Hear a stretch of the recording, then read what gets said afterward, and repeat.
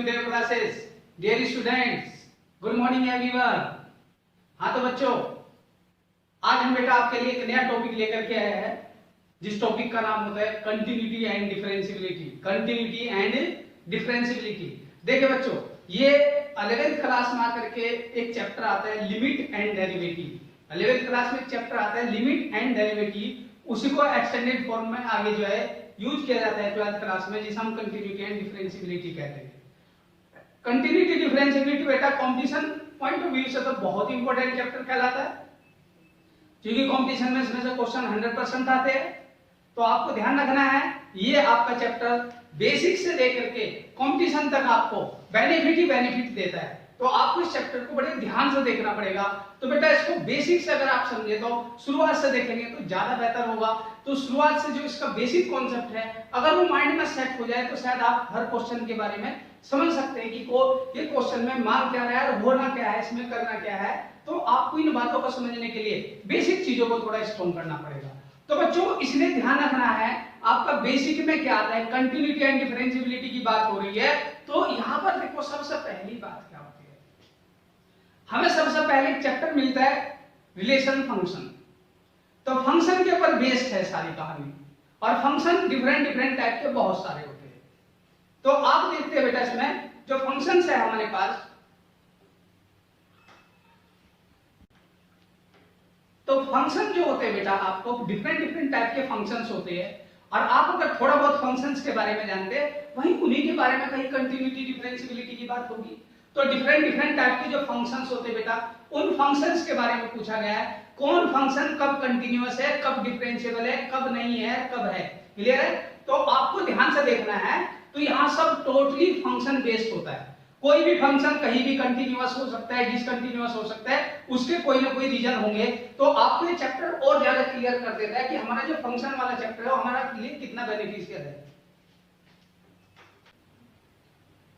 तो बच्चों देखो, एक एग्जांपल आपके लिए दिया है, बहुत ही बढ़िया एग्जांपल होता है। इस पर बच्चों को थोड़ा सा कंसंट्रेट करना पड़ेगा आपको।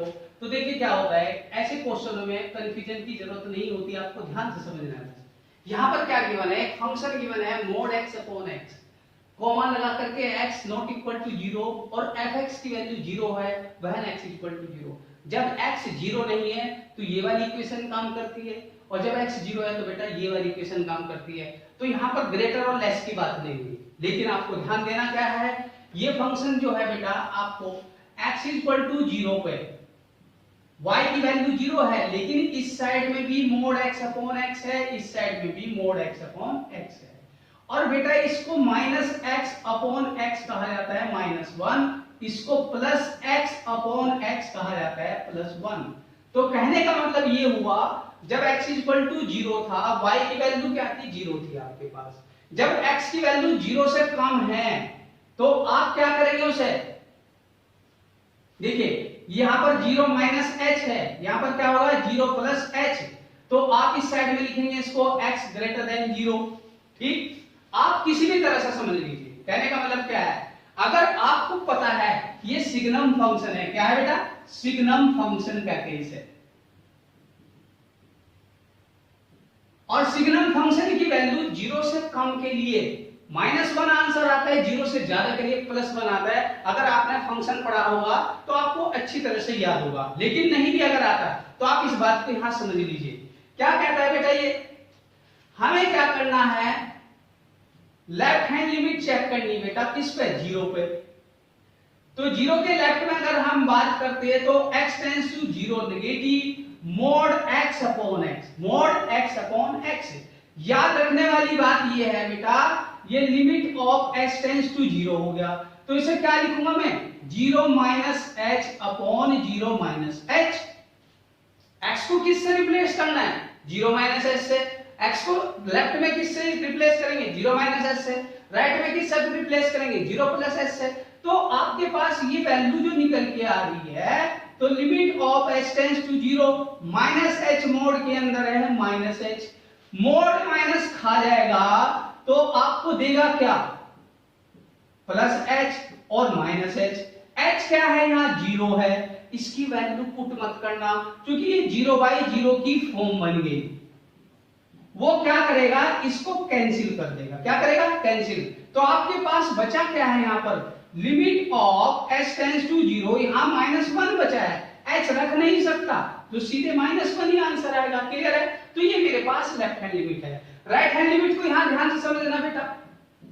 राइट हैंड लिमिट एट 0, तो limit of x tends to 0 positive, तो बेटा ऐसे लिखूंगा मैं क्या, mod x अपॉन x, क्योंकि फंक्शन तो दोनों साइड में सेम है, दोनों साइड में फंक्शन क्या है, सेम, तो इसलिए हम इसे क्या लिखेंगे बेटा, limit of x tends to 0, तो यहां लिखूंगा 0 plus h upon 0 plus h, तो लिमिट के अंदर h tends to 0 plus h mod में है, नीचे भी प्लस h है तो वो h ही होगा, ऊपर वाला भी h ही देगा।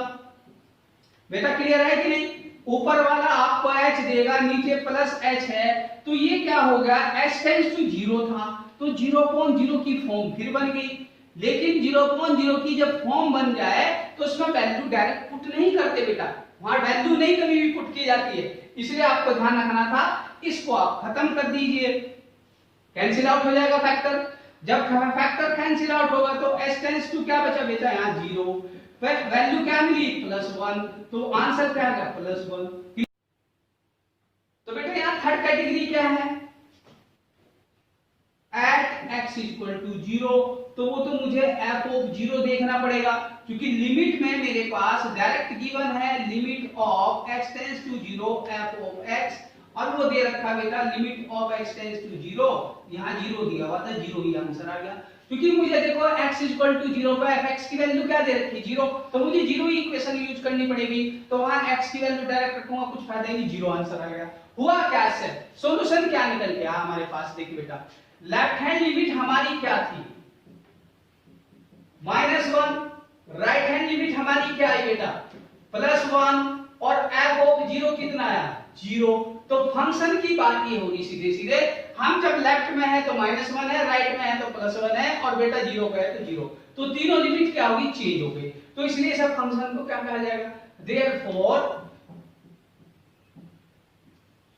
दिस फंक्शन इज discontinuous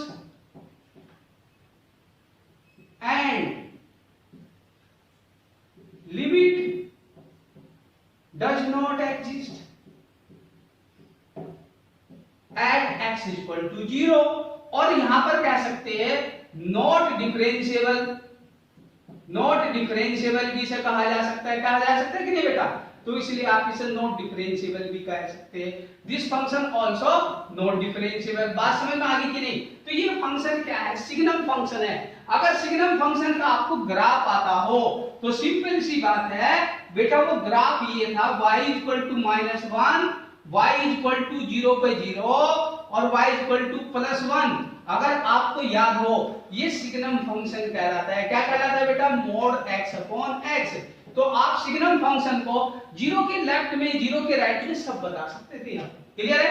अगर मैं इसकी लिमिट कॉम्पिटिशन की बात करें, कोई आपसे limit of x tends to 1 signum function की पूछे तो आप सीधे 1 बताएं, अरे x इक्वल टू 1 पर क्या है, इसकी हाइट 1 ही आएगी, लेफ्ट में राइट में सब कुछ 1 है, x इक्वल टू 1 पे इसकी लिमिट क्या है, राइट में भी 1 है, लेफ्ट में भी 1 है, 1 पे भी 1 है, तो ये फंक्शन कंटीन्यूअस है, अगर आप यहां लिमिट रख दो x टेंड्स टू 2 तब भी 1 ही आएगा, ये फंक्शन x की कोई भी पॉजिटिव वैल्यू के लिए, तो आप यहां लिख सकते हैं limit of x tends to a mod x upon x equal to 1 when a positive, और आप इसे लिख सकते हो x tends to a mod x upon x equal to -1, चलो यहां b ले लो, even b less than 0, clear है, या हम a ही लिख देते, क्या प्रॉब्लम है, कंफ्यूजन वाले बच्चे इतना सब समझदार होता है, क्लियर है बेटा। तो आपको ध्यान रखना है सिग्नम फंक्शन अपनी लिमिट 0 से पहले -1 देता है, 0 के आगे +1 देता है, वो किसी भी नंबर पे आंसर उसका सेम आएगा, और ये 0 के आगे कंटीन्यूअस है, 0 के पीछे भी कंटीन्यूअस है, 0 पे डिसकंटीन्यूअस कहलाता है, this function only discontinuous at x equal to 0, this function only discontinuous at x equal to 0, not differentiable also at x equal to 0, तो याद रखना होता है सिग्नम फंक्शन के ग्राफ से अगर आप फंक्शन को ग्राफिकली पढ़ते हैं तो बहुत ही आसान हो जाता है चैप्टर। तो आपको ये चैप्टर आपको नोट करना है, इसको नोट कर लीजिए। डिसकंटिन्यूटी के लिए अगर बात करें, कंटिन्यूटी और डिफरेंशिएबिलिटी की बात करें तो इस तरह से फंक्शन आएंगे इस डेटा से। हाँ तो बच्चों देखो, इस वाली एक्सरसाइज में आपको कुछ एग्जांपल और देते हैं। Find the value of k for which the function is continuous at the indicated point. ध्यान से समझना, फंक्शन में कोई अननोन वैल्यू गिवन है, उसकी वैल्यू फाइंड करनी है जबकि फंक्शन कंटीन्यूअस है at the indicated point. Indicated point का मतलब क्या है? जैसे ये x 1 पर कंटीन्यूअस है, ये x π/2 पर कंटीन्यूअस है, ये x π पर कंटीन्यूअस है। क्लियर है? तो कहने का सिंपल सा मतलब है कि left hand limit right hand limit eight that point तीनों सेम है। इनका मतलब ये हुआ लेफ्ट हैंड लिमिट किसी भी पॉइंट पे, राइट हैंड लिमिट की उस पॉइंट पे, और बेटा f ऑफ a, ये हमारा फर्स्ट कैटेगरी जो निकल के आती कि नहीं? तो केस फर्स्ट की बात हो रही है। किसकी बात हो रही? केस फर्स्ट, तभी ऐसा पॉसिबल होता है। क्लियर है? अब आते हैं बात सॉल्यूशन की बात करते हैं। तो सॉल्यूशन अगर मैं फर्स्ट की बात करूं बेटा, ध्यान से देखना, तो उस फर्स्ट में क्या है? Left hand limit eight a क्या आएगा? 1 पे देखो लेफ्ट हैंड लिमिट, तो 1 पर लेफ्ट हैंड लिमिट किस में मिलेगी? 1 पर लेफ्ट हैंड लिमिट किस में मिलेगी? तो आप 2 into 1 minus 4 डायरेक्ट लिखिए आप, 2 into 1 minus 4 that means -2। Academic वाला बच्चा वैसे ही करे जैसे आप जो है ना करते हो, लेफ्ट x टेंड्स टू 0 की फॉर्म में करके करेंगे। ठीक है? आप कंडीशन में डायरेक्ट कर सकते हो। क्लियर बेटा? राइट हैंड लिमिट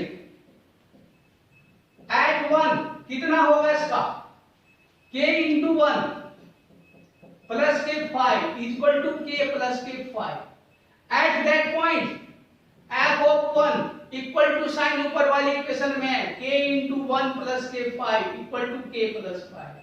तो इस कैटेगरी के according therefore k plus 5 equal to क्या होना चाहिए? -2 एंड k इक्वल टू कितना हो जाएगा? -7। ये इसका आंसर कहलाएगा, कोई प्रॉब्लम नहीं होगी। इसी तरह से आप थर्ड वाले को आसान देखो, समझिए। थर्ड वाला भी आपका क्या कह रहा है? यही बात है, left hand limit at pi, left hand limit at pi देगा कितना? k pi plus 1। क्लियर है बेटा? दूसरे वाला क्या देगा? Right hand limit at pi, right hand limit at pi पर क्या मिलेगा आपको? cos पाई, और cos पाई की वैल्यू क्या होती है? -1। और एट दैट भी चलो आप देख लीजिए, जरूरत नहीं पड़ती, वो हो जाता है। तो आप उसे भी कहेंगे k pi plus k 1। Therefore k pi plus 1 equal to -1। कितना आएगा? -1। तो k पाई इक्वल टू कितना हो गया? -2। तो k इक्वल टू कितना? -2 अपॉन पाई। ये इसका आंसर कहलाएगा। बात आती सेकंड वाला, बहुत अच्छा क्वेश्चन है, इसमें लिमिट का बहुत अच्छा यूज हुआ है। तो आप इसको देखिए सेकंड वाले को क्या करेंगे। ठीक है? तो ये बात क्लियर होगी बेटा। इनको क्लियर होने के बाद आप देखिए, ध्यान से देखना।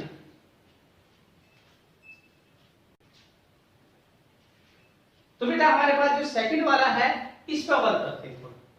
तो सेकंड वाले की जो लिमिट हम फाइंड करेंगे, ध्यान से देखना, limit of x tends to π/2। ना मैं लेफ्ट करूंगा ना राइट करूंगा, उससे भी बेहतर है आप डायरेक्ट कर लीजिए। आप इसको लेफ्ट में करेंगे वही आंसर आएगा, राइट में करेंगे वही आंसर आएगा, क्योंकि आपको देखो किसमें मिल रहा है? नॉट इक्वल टू इस पर मिल रहा है। यही लेफ्ट देगा, यही राइट देगा। एट दैट पॉइंट आपको 3 गिवन है, लेफ्ट भी इसी में ही है, राइट भी इसी में ही है। तो आप इसे x tends to π/2 k cos of x upon pi minus k 2x।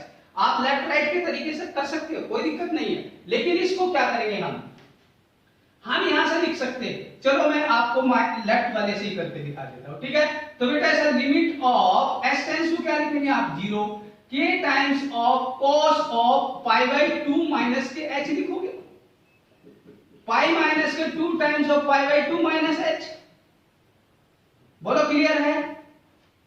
कोई डाउट? तो यहां से क्या हुआ? तो ये बन गया क्या? Limit of x tends to 0 k times of sin h बन गया। ऊपर क्या बन गया? sin h। नीचे क्या बैठा हुआ है? पाई माइनस के पाई प्लस के कितना हो गया? 2h। बात आ गई बेटा समझ में? तो इस पाई से ये पाई गया, कोई डाउट नहीं।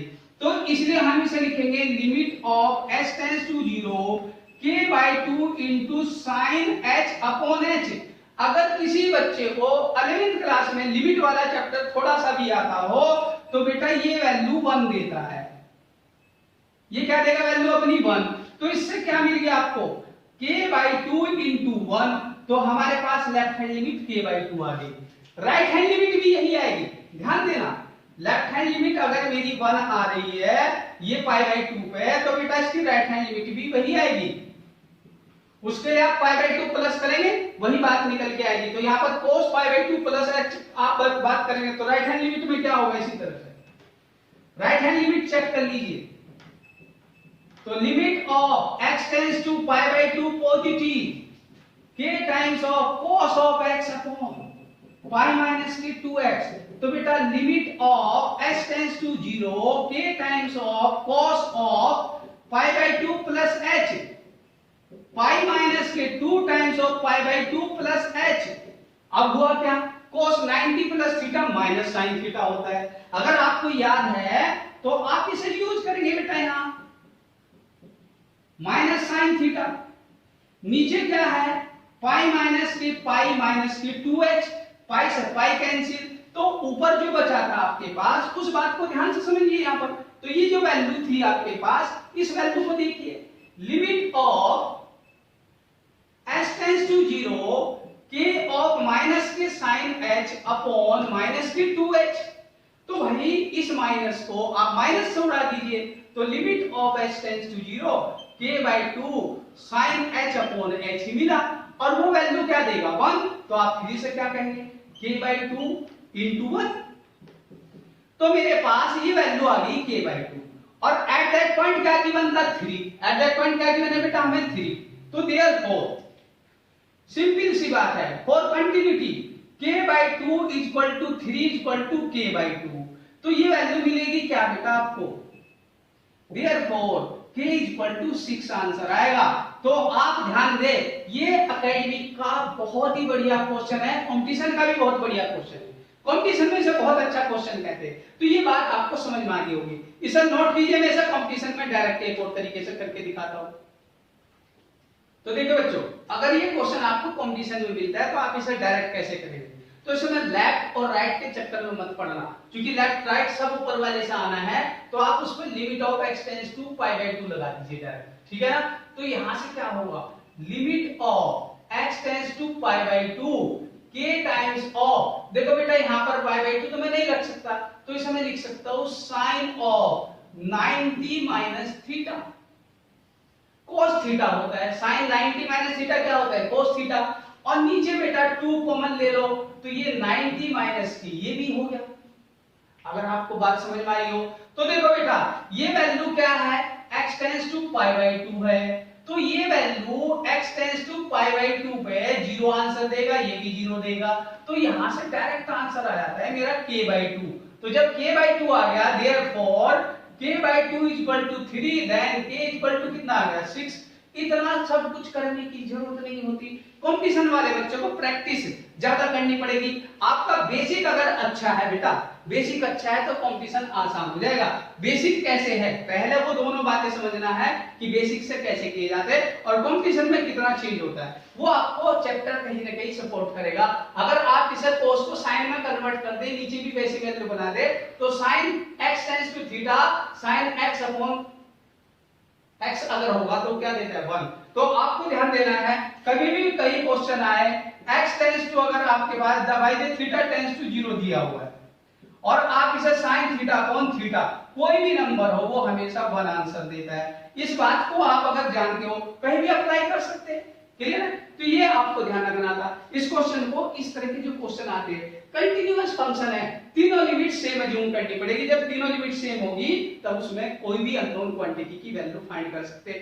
इस तरह के क्वेश्चन कंटिन्यूटी में आपको बहुत मिलते हैं, तो आप इन क्वेश्चनों को तैयार कीजिए, क्लियर बेटा। अगर कहीं डाउट आता है तो उसके लिए हम और अच्छे क्वेश्चन देंगे, इसमें थोड़ा सा इसको तैयार कीजिए। और मैं समझता हूं कंटिन्यूटी का एक छोटा सा बेसिक लेक्चर जो था आपका कुछ समझ में आ गया होगा। इससे आप अपनी एनसीईआरटी के मैक्सिमम क्वेश्चन सारे लगा सकते हो, कोई प्रॉब्लम नहीं आएगी। हाँ, कुछ अच्छे क्वेश्चन हम और कराएंगे नेक्स्ट लेक्चर में, उसके लिए आप थोड़ा सा वेट कीजिए नेक्स्ट लेक्चर का। तो नेक्स्ट लेक्चर में आपको बहुत अच्छी अच्छी चीजें मिलेगी, क्योंकि हमें लिमिट्स को अच्छे कर समझना है। तो वो मेन चैप्टर है हमारा, उसके अकॉर्डिंग कुछ अच्छे लेवल के क्वेश्चन आते हैं। कॉम्पिटिशन में हमेशा ये चैप्टर आपका इन्वॉल्व रहता है, हमेशा इसके ऊपर क्वेश्चन आता है। एकेडमिक में बोर्ड में क्वेश्चन आता है, बोर्ड में क्वेश्चन को left left right eight that point को तीनों को दिखा करके आपको वैल्यू को फाइंड करके उसको दिखाना होता है। तो इस तरह का क्वेश्चन आपको एकेडमिक में करना है, ठीक है ना। तो इसको बेटा नोट कीजिए और इसी के साथ साथ इस चैप्टर को थोड़ा सा तैयार कीजिए। तो बच्चों इसलिए अगर लेक्चर अच्छा लगा हो तो बेटा लाइक जरूर करना, कमेंट करना, और आपके लिए बेहतर से बेहतर मैं आगे और अच्छे एग्जाम्पल देने की कोशिश करूंगा। तो थैंक्स डियर स्टूडेंट्स।